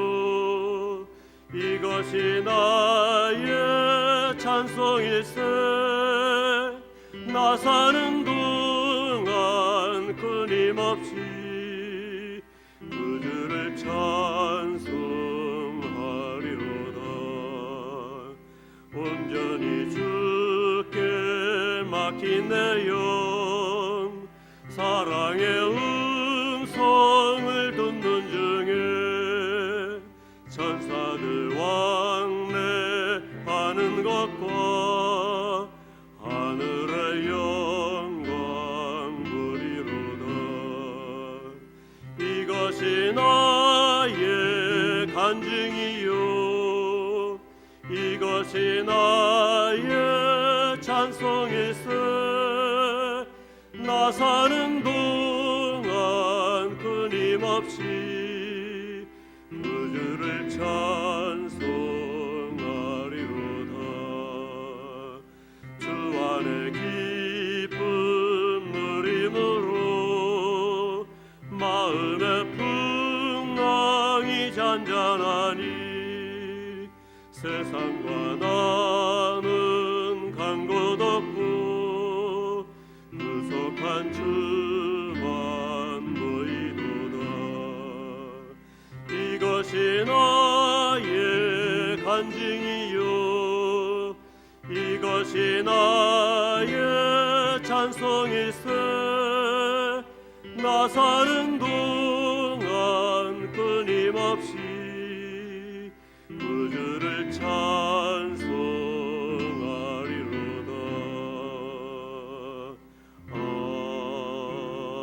아멘. 예, 광고는 없습니다. 그 교육원의 중집회가 아직 진행 중에 있습니다. 귀가하시는 분들은 조금 조용히 귀가하시면 감사하겠습니다. 안녕히 돌아가십시오.